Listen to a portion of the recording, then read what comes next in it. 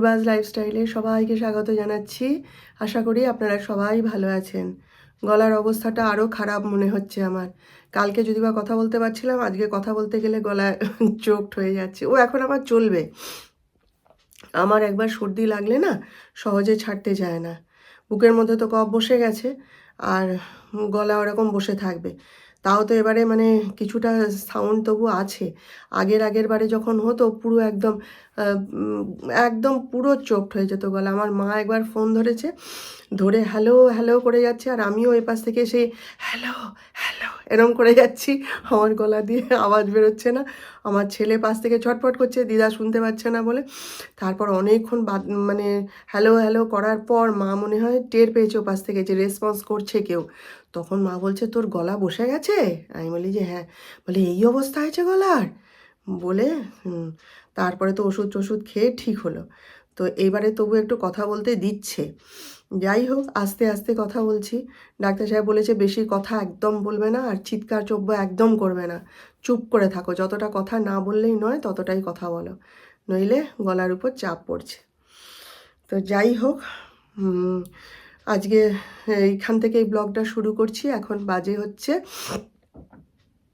10টা 40। আমার আজকে রান্না টান্না সব হয়ে গেছে। আজকে তো শনিবার, নিরামিষ খাবো। তো পরে বলছি সব কথা। যাই হোক, এই মাত্র ঠাকুরের পুজোটা সেরে উঠলাম। তো যাই হোক, চলুন আপনারা সঙ্গে থাকুন, আমার দেখতে থাকুন। সকালবেলায় তো মিস্ত্রি আসবে বলে জানতাম। এই যে ডাক্তার সাহেব সমস্ত গুছিয়ে, ওই যে দেখুন সব গুছিয়ে চাপা দিয়ে পরিষ্কার করে রেখে ছিল। তারপরে মিস্ত্রি তো এলো না। তারপরে যিশু এখন বলছে ও বিকেলে আসবে বলেছে, জানি না কখন আসবে। যাই হোক, আমি পুজোটা তাড়াতাড়ি সেরে নিই, ঠিক আছে? আজকে দেখুন এতক্ষণ ধরে সব মালাগুলোকে বাছলাম, ছাড়ালাম আর কি। ছাড়িয়ে ছাড়িয়ে এই যে সবার গলায় পরিয়ে দিয়েছি। এনার গলায় তো দেওয়া যাবে না, ডাক্তার সাহেবের বারণ আছে, কোনো ফুলের মালা এদের গলায় পরাবে না।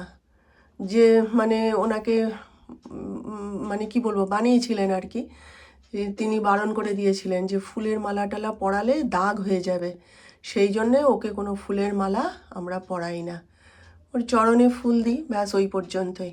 ডাক্তার সাহেবের একদম কঠিন নির্দেশ আছে, খবরদার। সেই জন্য ওকে কোনো ফুলের মালা পরানো হয় না।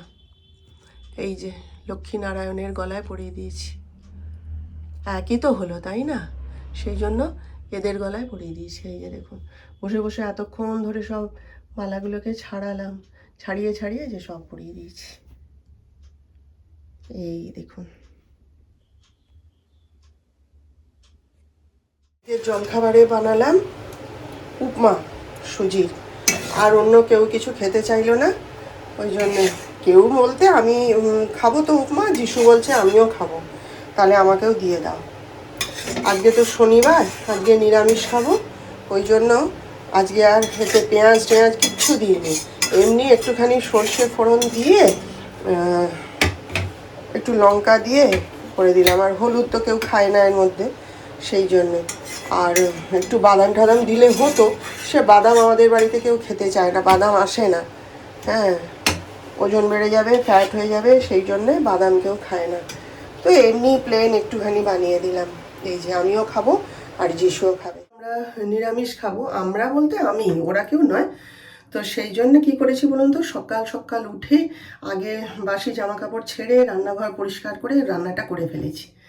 বিশেষ নিরামিষ দিনে তো বিশেষ কিছু রান্না করার থাকে না, আর অত পঞ্চপদের রান্না করলে আমার বাড়িতে কেউ খায় না।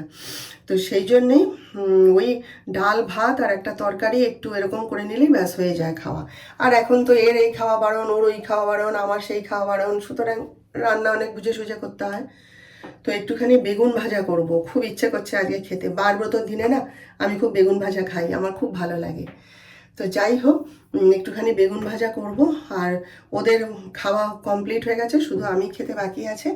তো এই বেগুন ভাজাটা করে নিয়ে খেয়ে নেবো আর কি। আগে আমি শনিবার করতাম, মঙ্গলবার করতাম, তারপরে সন্তোষী মা করতাম, অনেক কিছুই করতাম, বার ব্রত অনেক কিছুই করতাম জানেন।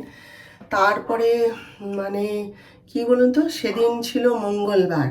আমি পুজো করে উঠে গেছিলাম একটা জায়গায়। তো সেই যে সেই দিন মানে কি বলবো, মানে একটা চরম সত্যের মুখোমুখি হয়েছিলাম বলতে পারেন। মানে আনএক্সপেক্টেড, আমি ভাবতেও পারিনি কোনো দিন। তো সেই তারপর থেকে মানে কি বলতো, মানে আমি সব পুজো এরকম বার ব্রত করা, এই পুজো আর্চা করা এসব ছেড়ে দিয়েছিলাম। এমনি পুজো করতাম, আর কোনো কিছু ওই সমস্ত করতাম না, মন মানতো না, সায় দিত না।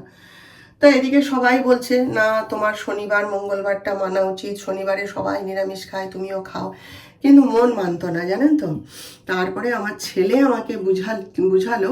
ওর কথাটা তখন আমার মানে কি বলবো, মানে মেনে নিলাম আর কি। ও আমাকে বলল, মা তুমি ওই সেন্সে ধরছো কেন, তুমি এইভাবে ধরো না যে ভগবান তোমাকে মানে ওইটা ওই এটা তোমাকে দেখিয়ে দিল, ওই সত্যটা তোমাকে চিনিয়ে দিল।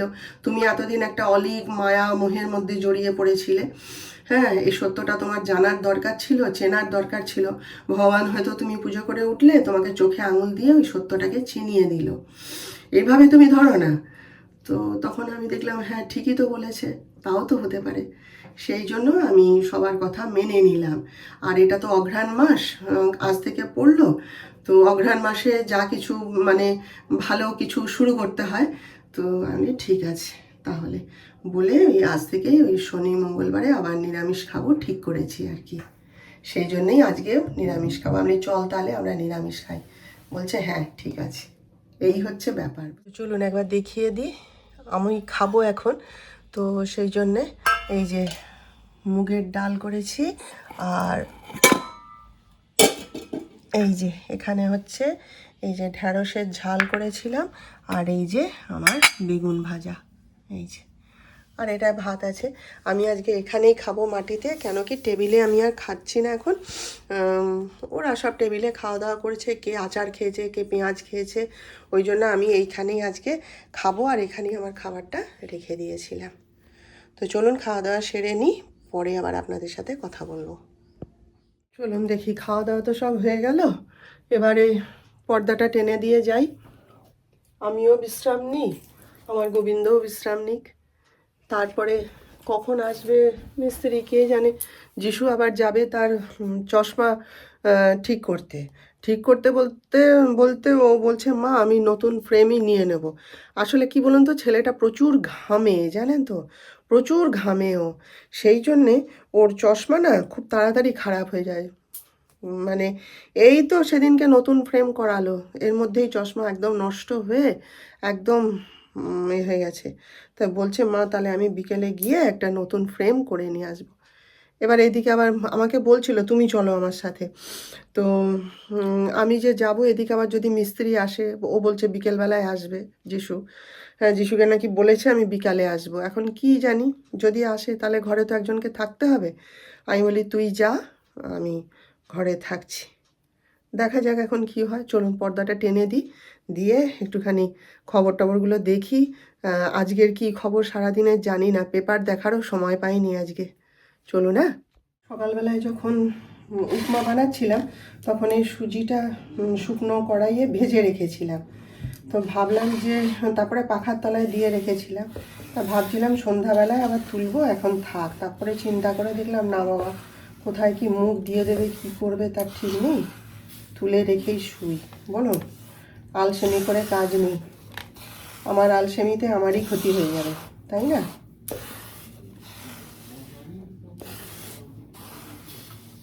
তুলে দিলে পরে নিশ্চিন্ত। আমি সব সময় সুজি বলুন, মুগ ডাল বলুন, আমি এগুলো ওই ভেজে তুলে রাখি একটু, তাহলে না নষ্ট হয় না। আপনারা তো জানেন, আমি আর কি বলবো, তবু বললাম এই আর কি।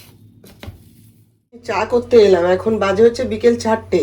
আজকে তাড়াতাড়ি ভাত খাওয়া হয়ে গেছে তো ওই জন্য মানে আর কতক্ষণ আর শুয়ে থাকি। শুয়ে শুয়ে টিভি দেখছি, মোবাইল দেখছি। তারপরে মিস্ত্রি এসছে সেই ঘরে, ডাক্তার সাহেব মিস্ত্রিকে নিয়ে সে ঘরে কাজ টাজ করছে। তা কী করি, আর আর শুয়ে থাকতে ইচ্ছে করলো না।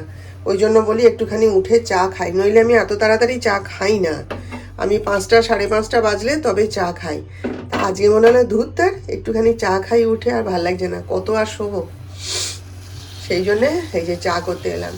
আমি খাবো, যিশু খাবে না চা। ও একবারই ওই লিকার চা খায়, ব্যাস। ওই দেখুন লাইটটা লাগিয়ে দিয়ে গেছে, ওই যে এখানের লাইট লাগিয়ে দিয়েছে, তারপরে এই লাইট চেঞ্জ করে দিয়েছে। এই যে আলোয় আলো হয়ে আছে চারিদিক, এত আলো, গোটা ঘর যেন একদম আলোয় ভরে আছে।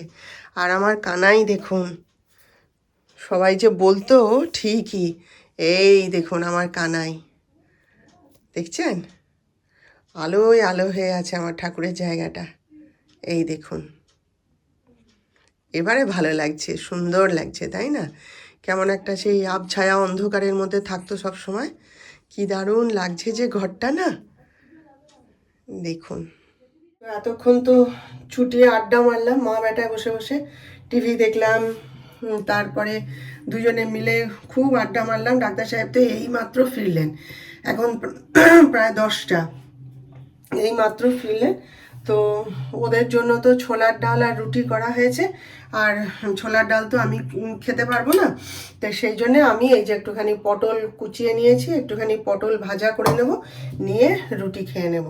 যিশুর খাওয়া হয়ে গেছে, আর ডাক্তার সাহেব এখন কি করে, এই তো সবে বাড়ি ফিরলো, জানি না। আর এই যে দেখুন একটুখানি শশা কুচিয়ে নিয়েছি, মানে স্যালাড খেতে ইচ্ছা করছিল, কিন্তু বিট গাজর কিছু তো খেতে পারবো না, সেই জন্য শশায় কুচিয়ে নিলাম, আর একটু টমেটো দেখি ইচ্ছা করলে একটু কুচিয়ে নেব।